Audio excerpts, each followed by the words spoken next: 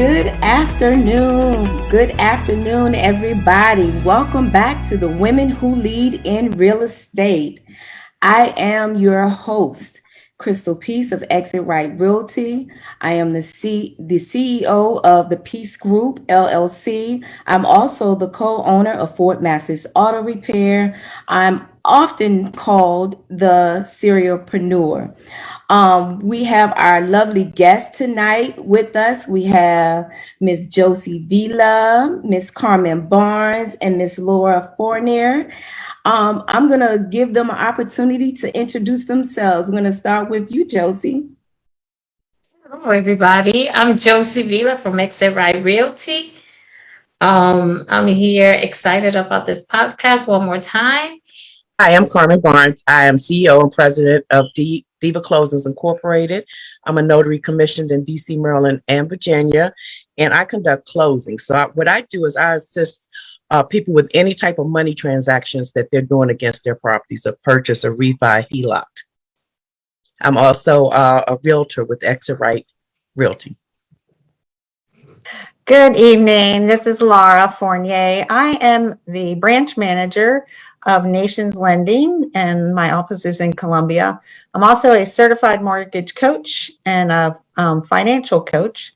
So I help people with the money side of the real estate transaction. So get all their paperwork together and help them understand their financing so that they're approved when they go out shopping with any one of these lovely ladies. So I help you get your money so that you can go find your perfect house. Thank you. Ladies, can you believe it's already November? No. Thanksgiving next week. I Go get the turkey. Where did the time go? I don't know. Too fast for me. The year is almost over with. I know. I looked at the calendar. I was like, oh my gosh, today is the 17th. Thanksgiving is next week. I haven't even started preparing, even though I'm going to be traveling for Thanksgiving. But, I usually try to cook a little dishes to take with me. But anyway, we have a full show tonight. We have lots and lots of questions. Tonight, we're going to be talking with our special guest who we have, Mr. Gary Mullins. He is a personal mortgage advisor that provides excellent customer service to his clients. He is also does loans, and he provides customers in depth with analysis on the financial status. He also allows himself to provide excellent customer service and different options in terms of financing for our mortgages. So if you all would join me in welcoming our special guest tonight, Mr. Gary Mullins. Gary, welcome to our show. We are so happy to have you. We have questions that we will be asking all night tonight. Well, at least until 8 o'clock. Good evening, ladies. I'm very excited to be here this evening. My name is Gary Malkins. I am a personal mortgage advisor at Nations Lending in the Columbia office, and it's an honor to be here this evening. Thank you. Well, Gary, as you know, there's a lot of things going on in the mortgage industry. So we have a lot of clients who will be asking questions about FHA financing, VA financing, conventional, and then the special programs that are out there for first-time home buyers, people who are trying to refinance their homes. So we have collected some questions that we would like to ask you that our clients are asking us. And of course, we're going to defer that to the expert. So we're going to first start our show off with talking about FHA financing. Josie? Oh, Gary, nice to see you again. Good to see you. Yeah, so first of all, we're going to talk about, I would like to ask you about FHA. Okay, so what is FHA loan, first of all? Well, great question. The FHA loan was basically developed in 1934 during the big time crash in the market to help people out. It was actually the first time home buyer program, if you will, in the country, because they knew that people that had suffered through that crisis would not be in a position to go the conventional route. It's a government insured, federally backed program. And FHA is a great product. And what I mean by that is that you can basically help a lot of people that have potential, experience some shortcomings in their credit. They're a little bit more flexible in some of the debt to income ratio, which is their total amount of cost to live in their home right now, their overhead divided out by their total income. They conceivably go down to 580 credit score, but let's look at it this way. Credit score is the major catalyst for you to be able to get a good, good interest rate. It reduces your points. And also helps you qualify for your mortgage. That's why right now is a great time for everybody that's listening and sitting on the fence not to buy. Now's the time to get it done, because we do not know what it's going to be like this time next year. And all predictions for what I'm reading is that we could be looking at above 4% interest by this time next year. Hopefully it's not going to happen. But if you look at the market within the last 30 days or so, it is up and down and all over the place. But we are not at rates right now where we were 60 or 90 days ago. So the point being is FHA is a great loan product. It's, and it's our job as loan officers to do the homework up front for the customer to make sure that not only qualify for an FH loan, but in all loan products that we make sure we do our due diligence in helping them be able to, figure out whether they qualify for a mortgage. So FHA, credit score down to 580, we can do that as well. There is a 3.5% down payment with FHA, which is not totally unreasonable. So that's just some of the parameters of an FHA loan. I know FHA catches a bad rap, and a lot of, people don't, they'll say no FHA approved, no FHA loans because they believe that there's something wrong with the loan. Well, if you do all your basic analytics on those cases, it's as good as loan as any others. And basically, when you have people that may have been compromised credit score wise, it's an excellent loan, and they're more flexible in their criteria. So where you got a conventional loan is very stringent. They have their cutoff is a hard cutoff, where FHA, there is flexibility for the customers.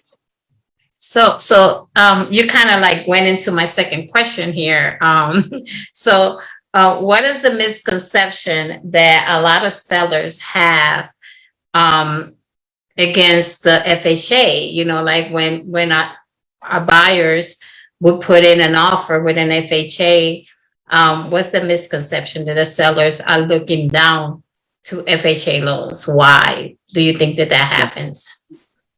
Great question. I think, quite honestly, in our team, our FHA loans close. There's not a problem.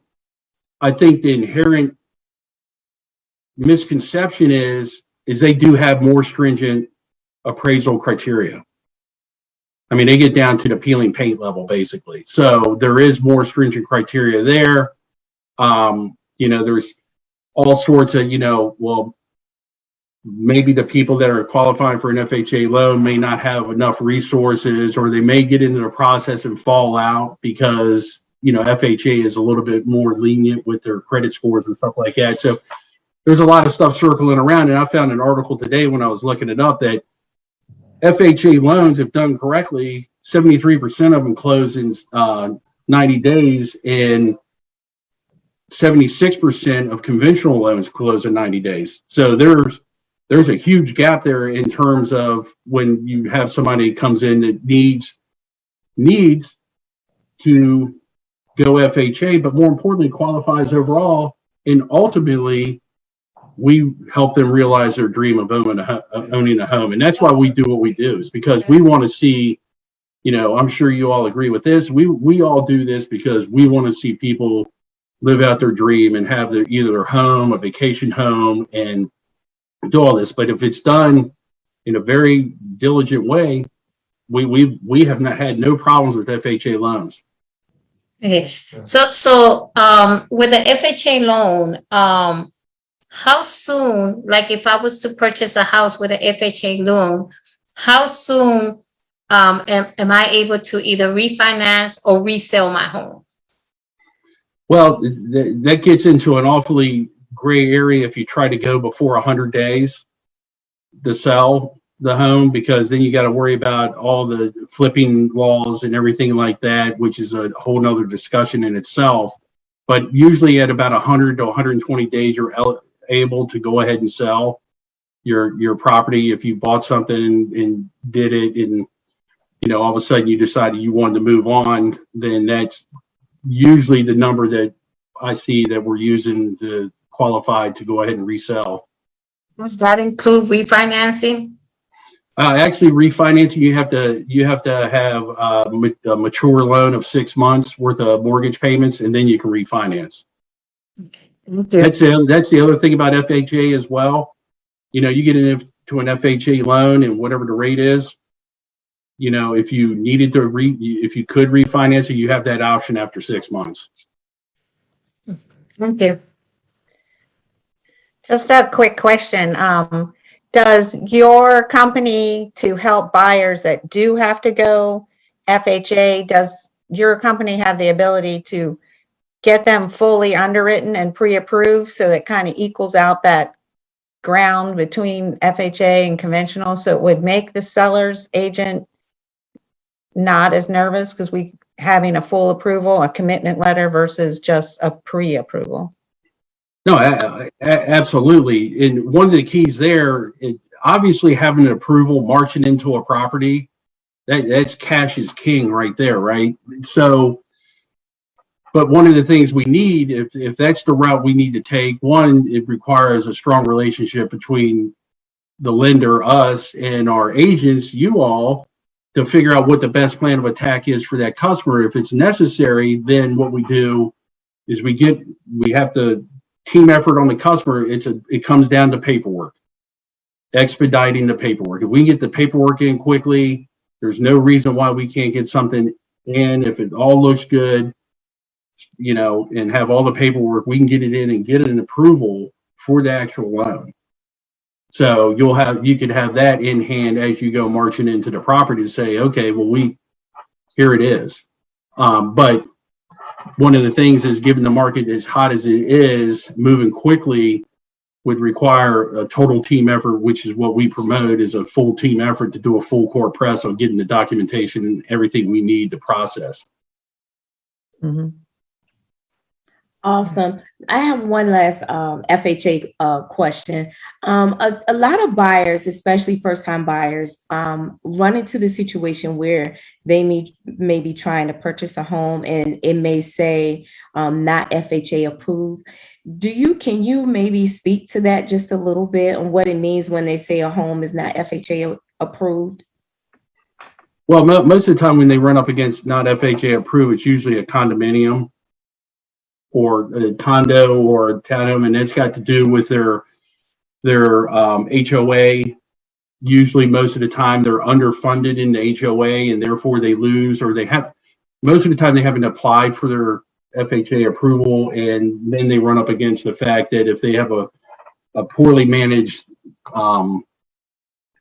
property company, maintenance company, that don't have enough funds in there, they will not approve it. Is it impossible to get something approved that's originally not approved? You could submit a request probably for a appeal for it to see if they could get I guess they call it an on-spot approval. But in general, that's usually the reasons why they run up against issues with FHA. Yeah. Perfect. Thank you. Next, we will have questions coming from Carmen Barnes, and we will now be talking about conventional loans. Hi, Gary. How are you? I'm doing well. How are you? I'm wonderful. Thank you. Wonderful, wonderful. A couple quick questions. What would the advantages of conventional loans be? What would be the advantage of doing it that way as opposed to FHA? Well, I mean, pricing, depending upon where you fall out credit score wise, can be a little bit better. You also can go 3% down instead of 3.5% down. There's just, but the one thing about it, measuring FHA against conventional, the criteria for qualifying in conventional is much stricter. So You said stricter? Yeah, the debt to income ratio that we spoke to earlier, they're a hard stop at 43%, which is that all your assets or all your debt divided by your income. So they're at a hard stop. There's virtually little flexibility there. And credit scores, your credit score needs to be higher or well, a little bit lower? Let's put it this way. It's like any other loan product. The higher your credit score, the better the rate you're going to get. The points, the cost of the loan gets much better. But 620 is usually the bottom rung of the conventional loan portfolio. Okay. And so with conventionals, would there be programs that would assist you in your down payment? Are there programs with the conventional loans? That's most of the people that we have run up against. I would have to look into that because most of the people we've had the programs for have been people that have fallen out to the FHA loan side of things, needing that help for the assistance for down payments and stuff like that, or closing costs. I would have to look at the conventional one. That's a great question. I can jump in there a little bit too. You can tie first-time homebuyer programs to conventional and FHA, but the majority of the people that go conventional can use their own money and save by using their own money. So a lot of times we use FHA with the first-time homebuyer programs, but you can tie either one to, and actually I was going to jump into that. Those are my questions, but you can use conventional as well as FHA, but a lot of times we need that flexibility that Gary was telling us about, that the FHA allows us to have, because you get a lot more flexibility in the credit issues, the credit score, pricing, and also the debt to income ratios. So a lot of times we need that flexibility when we're using a first-time homebuyer program. And that was my next question. So conventional is probably not the way to go for first-time home buyers. Is that what I'm understanding? Yeah, most of the time, conventional just goes conventional route, and because they, like Laura was saying, they usually have their own money enough to put down as a down payment. That most of the time they will just go that route. Okay. And just a last question. With Fannie Mae and Freddie Mac, how does that fit into loans, conventional or otherwise? Did they back them? There's underwriting systems for both. Okay. Freddie Mac has its own guidelines and stuff that they write for their loan amounts in terms of interest rates.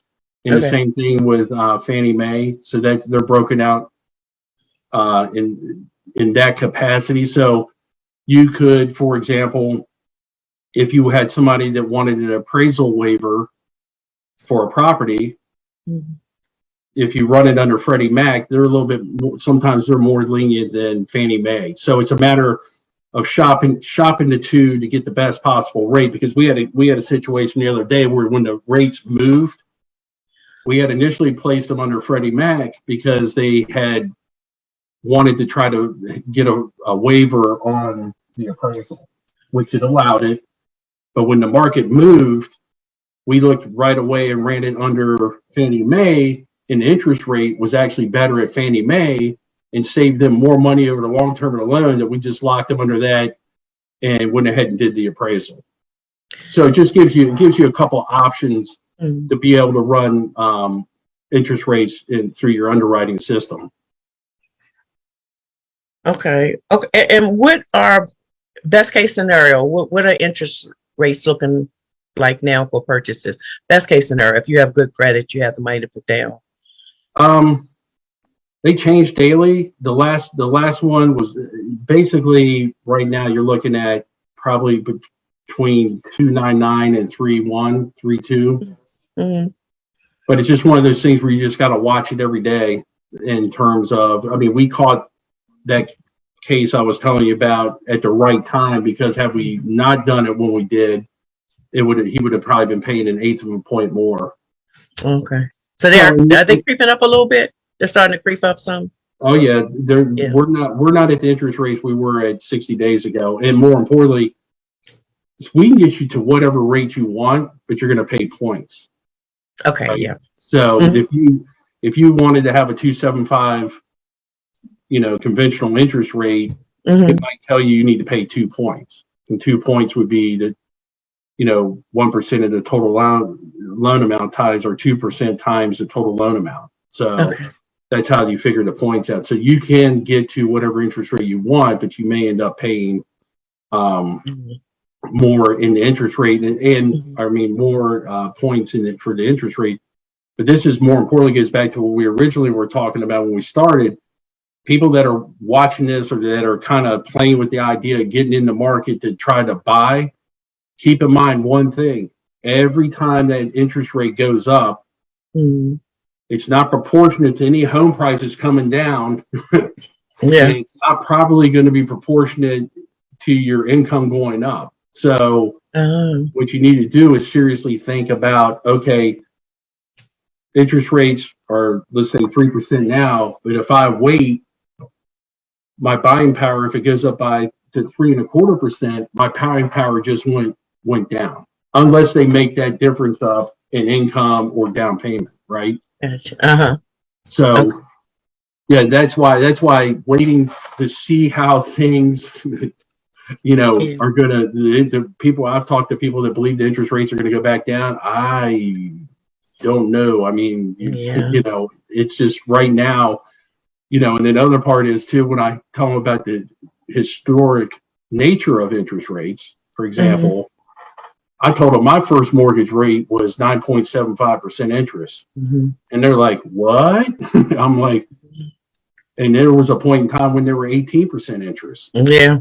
And the whole thing is my 9.75% interest on a $130,000 loan was almost $2,100 a month. Wow.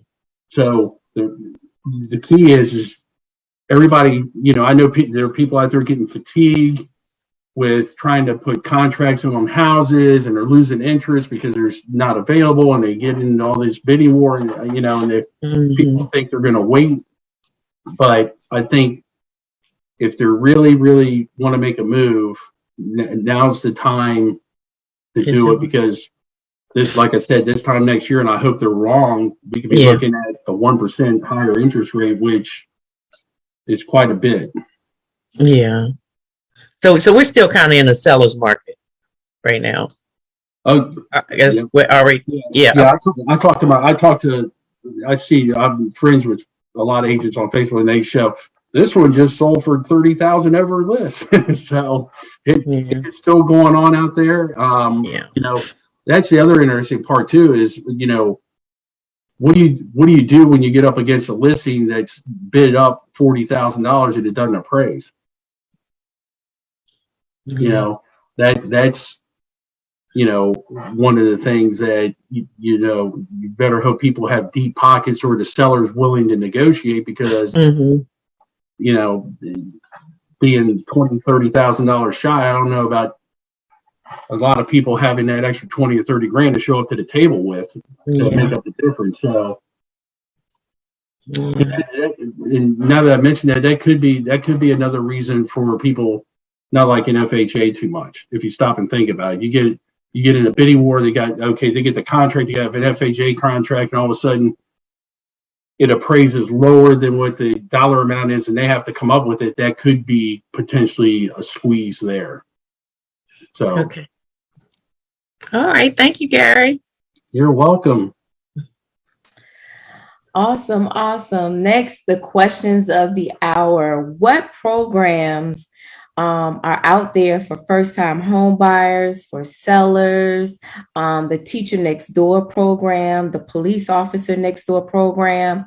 I know we have so many clients, Josie, myself, and Carmen have come across clients that are asking, hey, what are some programs out there that we can, take advantage of? So next we're going to have Laura. She's going to talk to Gary, ask him, what are some of these programs that we have that we can, let our clients know that they are there and they're available for you.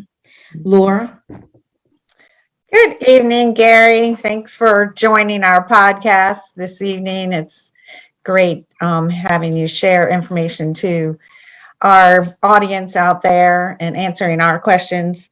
My first question is, what first-time home buyers are you using with most of your clients that qualify? And well, I guess that's kind of two questions.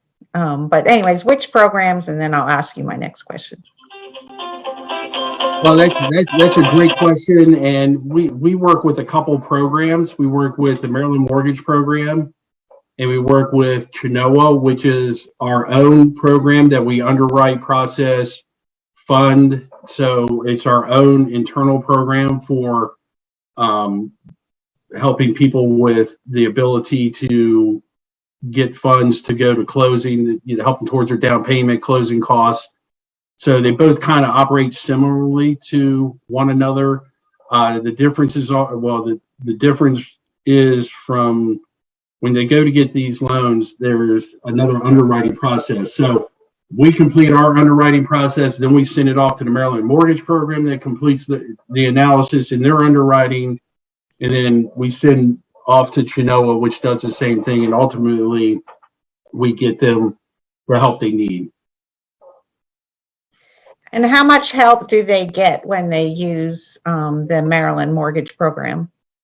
Well, Maryland Mortgage Program's got a couple of programs. I believe it's 3 and 4% help towards their closing costs and down payment to go purchase a property. Their criteria is you do need like a 640 credit score to qualify for their program. So that's very, very important when you're addressing this with your customer, that you make sure that they know that you need a 640 credit score or better. Now, Chenoa is a little bit more lenient in terms of credit scores. They can go down to 600, and they do a 3 and 5% ability to help the buyer get into the home. And that's a pretty detailed dive into, what their programs are outlined, because they've got like 8 programs that you can run to see if they qualify. Now, both Chenoa and Maryland Mortgage Program, they're flexible to a certain point. So you have to have your debt to income ratios within parameters. I think they got to be below 50% or below. There is one program at Chenoa, though, that if you have somebody with a little bit higher, they can accommodate a little bit higher debt to income ratio. Once again, for everybody listening, a debt to income ratio is all your expenses divided by your income. So that they can do that. They're both great programs.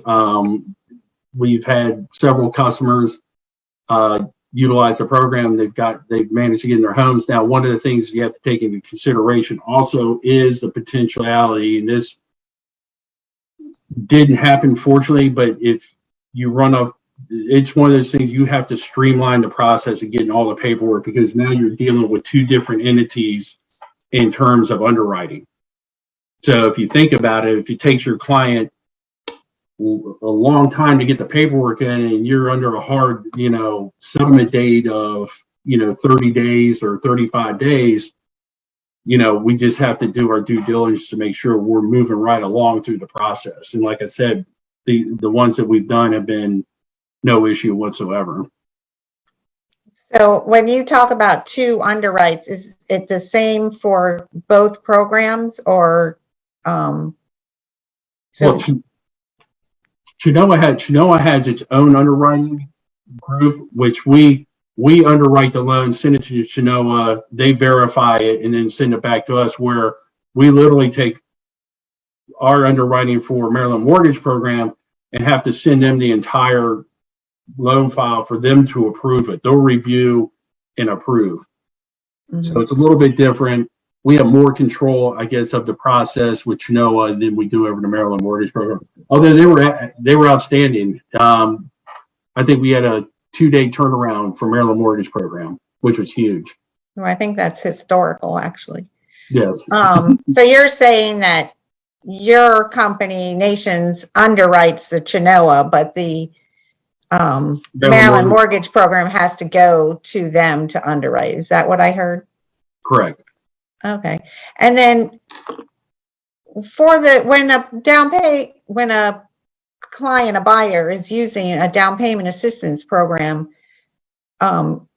is there an interest rate difference between using a program and not using a program?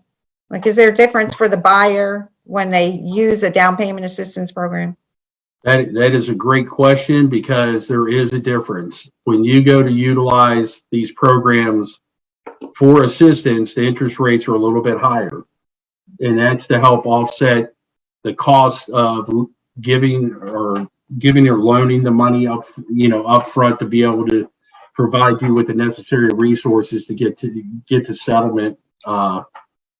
So yes, there are differences. And once again, the saving grace is they seem to, the interest rates for those 2 programs seem to be a little bit more stable and not bouncing around as much as conventional and FHA. So that is helpful.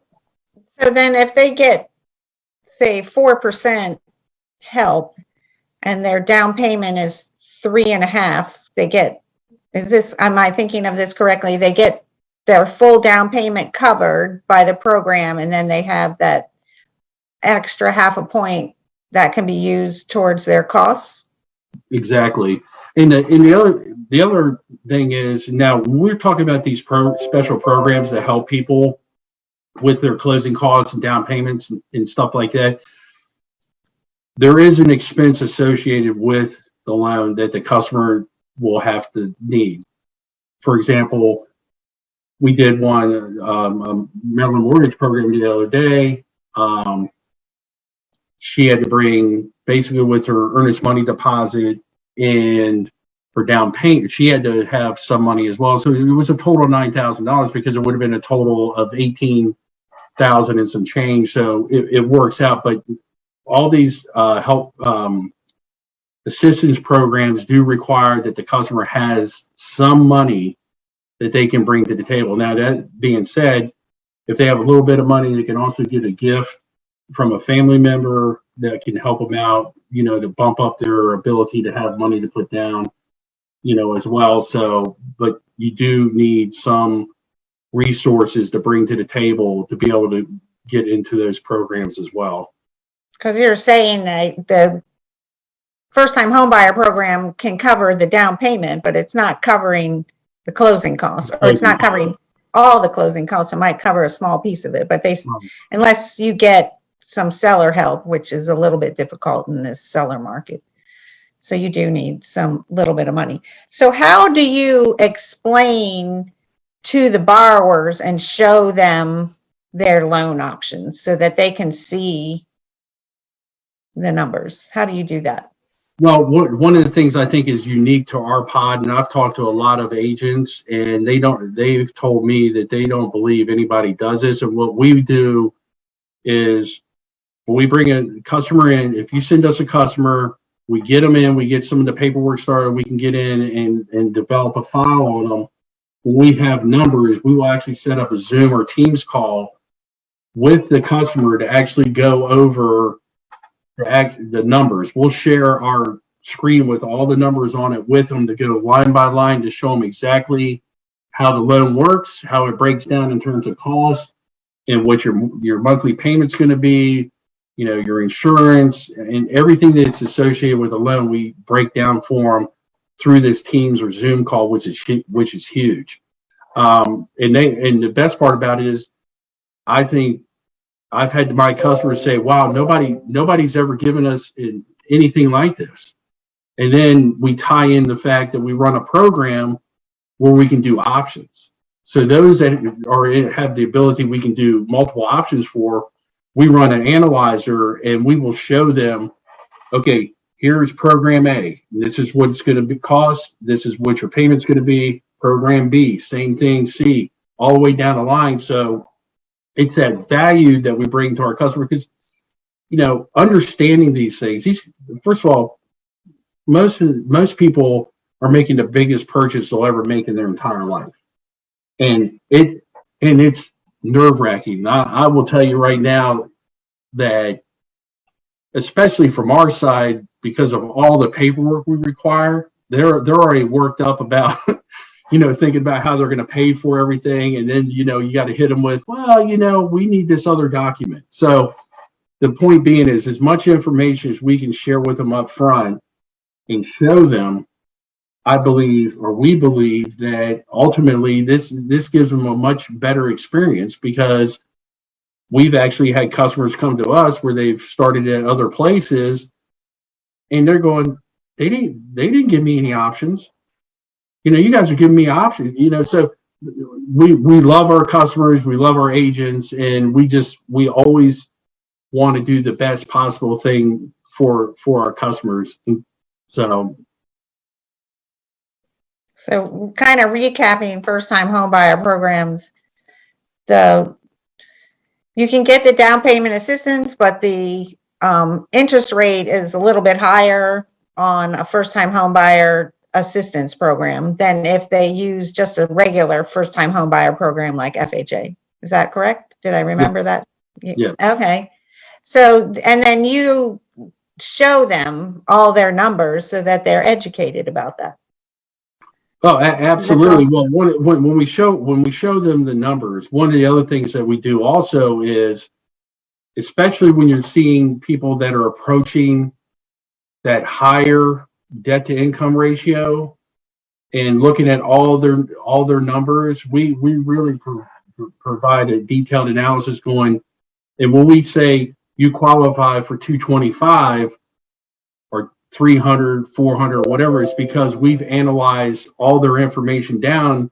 Because when I talk to the customer, I said, do you really want to put yourself against as high as you can go, and then every day you come home, sit there and go, why did I do this? I said, when we do our workups for our customers, it's with their best intent for them to be able to not only purchase the home, but actually enjoy it. So they're not worrying about, wow, why did I take on this $2,500 a month mortgage payment, or, you know, just stuff like that. That's the reason why we spend as much time as we do with each customer and go through everything very, very thoroughly with them, so they understand everything. And then they can buy with confidence. Yeah, absolutely. I mean, there's nothing better than seeing the smile on the customer's face when everything, you know, has worked out. And that's why we work closely with our agents too. We have a team. It's a team effort. Our whole other team, we have a personal loan assistant that helps. We have a processor. We have a dedicated team. Our pod, if you look at all 7 of our pods, we got 40 people in our total team. And it's huge because we have a huge breadth of people to draw from with their expertises in various, you know, programs as well. So, you know, we bring the full Nations Lending team to the table. And I'd like to tell my customers, I would like to think we're growing when we help them out, that we're becoming their lenders for life, because we want to be there to help them, their children, any friends that they have. and do the same straight across the board. And I think, you know, that's why we do what we do. We love helping people. That's awesome. Gary, before we move to the next set of questions about VA funding and financing, Josie had another question that she wanted to ask you. Okay. Gary, so when it comes to this programs that they give to that we use for these clients, what is the disadvantage of using this program? Do they take longer to close, or how does the people go? What is the disadvantage of using them? There's potentially, we have not experienced any shortcomings in terms of trying to get things across the finish line by going down through these programs.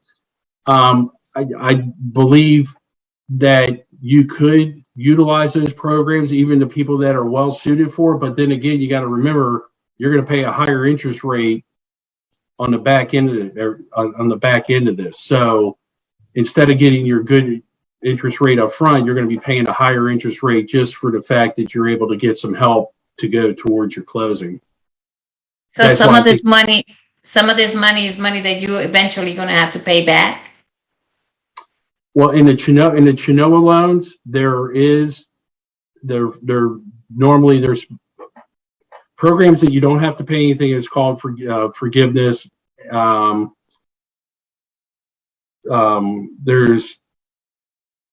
the 10-year and 30-year. It's like a second on the house or on the loan.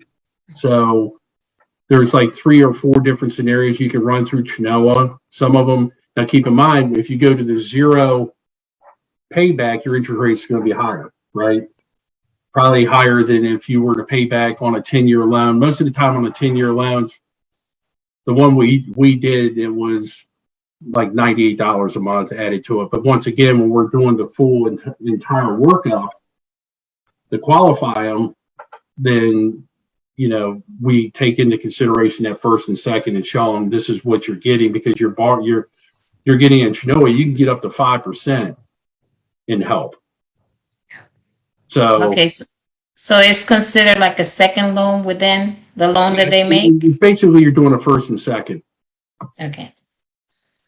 And that's the same, just to add a little bit, with the Maryland Mortgage Program.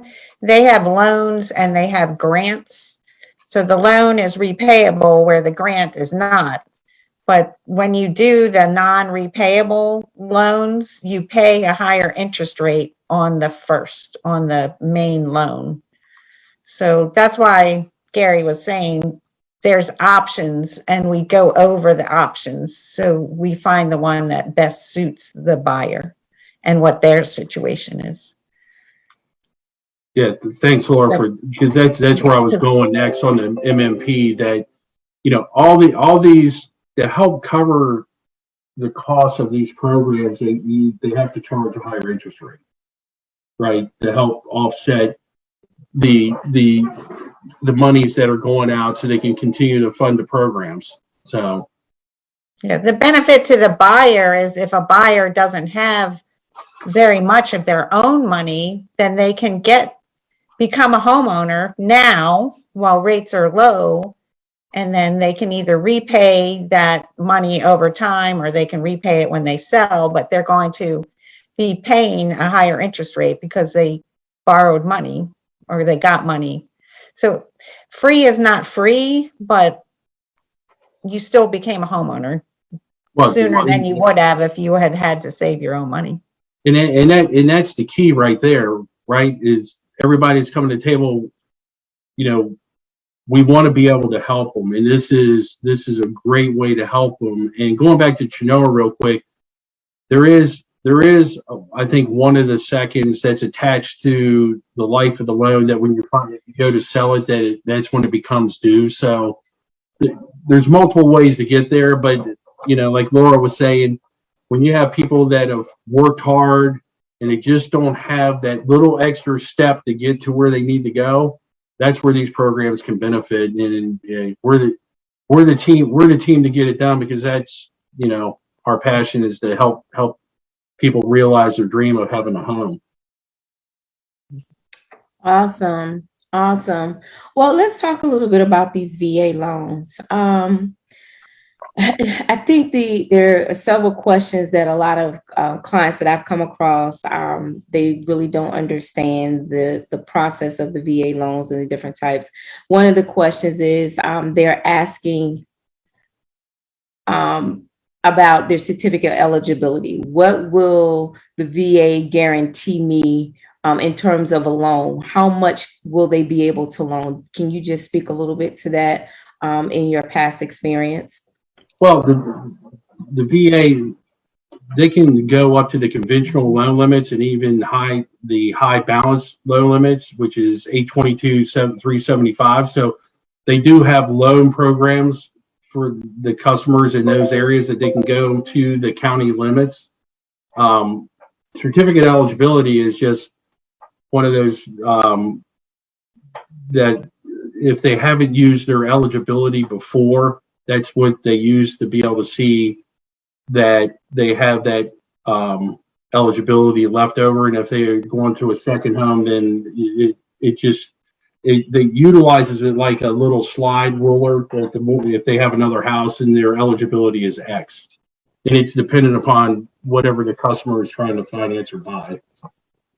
So does that certificate of eligibility, so you're saying the certificate of eligibility, once I pay off my loan or sell the house that I'm currently in with the VA loan, and I want to go to another house, it resets itself. It resets itself. Okay, perfect. Does the VA have, let's talk about the zero down payment, because a lot of people have a misconception when they say, I think they get confused when you say zero down payment and then you have your earnest money deposit. It's two different things. Can you? Well, FHA for our veterans does have a zero down payment. Now they do have a funding fee, which is dependent upon if you go zero down, it's like 2.3% of the total loan amount, and that's used to refund their program. So they're not. It's trying to keep costs down, so the taxpayers aren't paying. It's got, it's intertwined with, trying to keep their funds built up. So there is a funding fee, but there is zero down payment. Now, if they were to put down 5%, which they can, their funding fee percentage amount drops to like 1.6%. So there is the ability to do that, but it is 0% down payment. But there is there's a funding fee. Okay. I think I can grab that question too, because the earnest money deposit, the EMD check, that's a deposit that goes when you make the contract offer to the seller to buy a house. But so that's separate from your down payment, because the VA, most VA buyers put no money down on the loan. They don't make a down payment. But the earnest money deposit is your commitment to the seller that you are serious about doing all the steps that you have to take, even if you get totally annoyed, which is possible, probable, in the loan process. You have to follow through on your commitment. So you're saying to the seller that I'm so interested in your house, I'm giving you $5,000 up front as my commitment that I'm going to go through and finish the process, and we're going to hit the sales dates and the targets that are in the contract. So when you get at settlement, you're putting zero down, but you have closing costs. So that earnest money deposit would go towards your closing costs. And if by chance the seller paid all the closing costs, I don't want to steal Gary's thunder on that, but he would get his money, the buyer would get their earnest money deposit back. Right. So and that's right. And that's where I was going, because a lot of times VA clients, they get a little confused when they say zero money down. And then we tell them, hey, listen, no, you still have an EMD, earnest money deposit, to show that you are serious about purchasing that property. So a lot of times, and I think when they hear zero money down, no, I don't have to come out of my pocket with anything. and they don't want to put anything down on the line to say, hey, yes, I'm committed to following through the steps to purchase this next home. Because they don't understand that they also have to pay closing costs. That was Yeah, just, that's I was just getting ready to another say- confusion. Yeah, so I mean, zero down EMD is not part of that equation. It's like Crystal and Laura said, it's to place a marker to hold that you're serious about purchasing the property, and then it can be utilized down the road. There is closing costs. The average closing cost, it varies, is probably 3 to 5% of the total dollar amounts that, that they're financing. So there is, even though it's zero upfront, you're still going to need to bring cash to the table. And it's like any other program out there, you have to have some money to be able to bring to the table. So is it the agent's job to educate the client that they still have to pay closing costs, or is it the lender's job to educate the client that they still have to come up with closing costs? I think Krista and I have bumped into this problem before. I mean, I think it's a team effort. I think if you have a customer that comes to you that wants to go looking at homes, and they start talking, and you start, asking them some questions about, hey, what are you looking for? Well, I'm a veteran. I'm looking for a VA loan. Okay, well, that's awesome. What are you looking to purchase? And then, more importantly, are you selling a home? Do you have money for this home? And then that's where you can uncover. And then if they say, well, I've got a little money, hopefully by then you've contacted Laura, myself, and that way we can plug them into the system and start looking at the numbers. And that's where the whole Zoom call, the whole Teams call comes into play, because we can actually walk them down and take the confusion out of the equation. Wow, perfect. Well, guys, we're winding down. We have like 4 minutes left. Does anybody have one quick question before we get ready to wrap up our show? Josie, do you have any questions? Carmen? I do. With if veterans are 100% disabled in Maryland, does that mean that they don't have to pay property taxes? Is that correct? That is correct. They have to be 100%. 100%. Okay. And then the other thing, if they're buying, they do not have to pay the funding fee. oh, okay. Yeah. Okay. And then and I think sometimes, well, I see sometimes where the government costs, people don't realize that they actually have to pay the standard government fees, like recording fees and Well, and that's like one that, right? And that's one of the things, Carmen, we would literally, when we're sharing our screen with them, they're seeing the actual loan file as it's built with everything. And we walk them literally line by line and answer any questions, because trust me, when they start seeing the taxes and everything, they're going, Yeah. I didn't realize why, once again, I remind them that, remember, the state, county, and government wants their hands in the till. So that's a necessary evil. Yeah. So Yeah. we do go down and show them and help them understand that this is the cost, and it's real, and this is how it's broken down. Real quick on the disabled veterans, because I have a veteran, you have to apply to the county, to the property tax office. They don't give it to you Automatically. like they don't know. Yeah. You have to file You have to let them paperwork, know. Yeah. and I believe you have to refile it annually. Every year. I think but that probably changes from county to county, but that's what I have experienced with my buyers. And also, elderly people and people with health issues can also apply for discounts to the property tax offices. Yeah. That's the homestead. Is that what that is? The Well, homestead? if you're an owner occupied, you get the homestead tax benefit in the counties. You have to apply for that as well.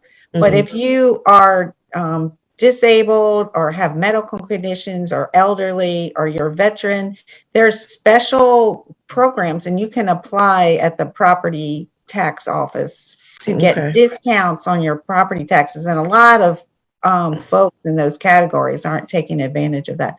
So that's one thing I do try to bring up to our clients if they fit. Because one time I couldn't get a gentleman qualified and I had him apply for that, and that's how I got his loan approved. And he had been to 6 other lenders.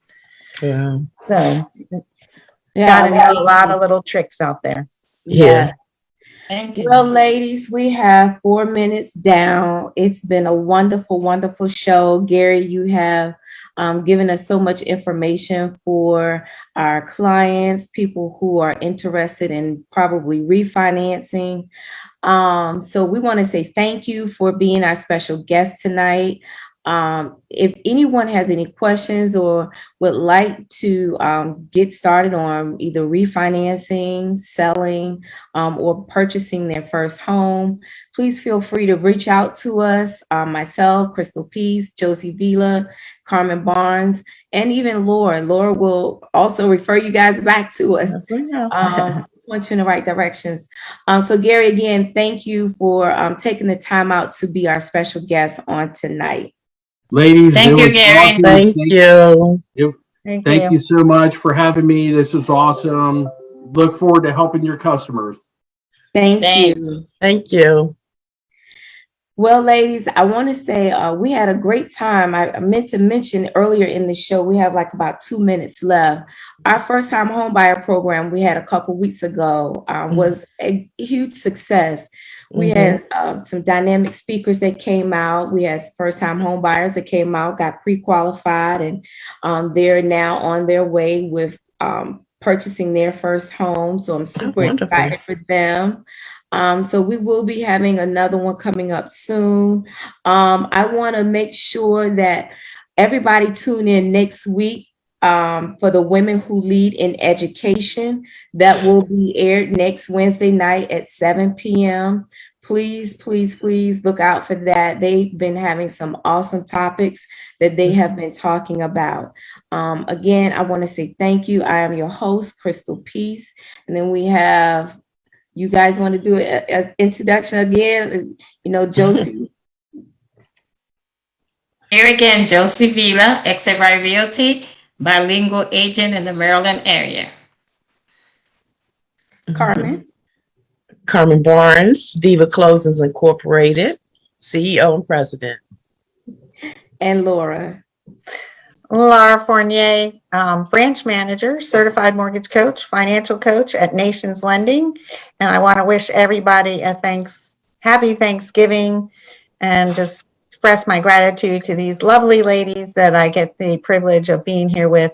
But to also all the first time home buyers out there that let us help them out. Really grateful to each one of them and that we can help their families get into a home. And plenty of time before the end of the year. Yeah. Happy holidays to everyone.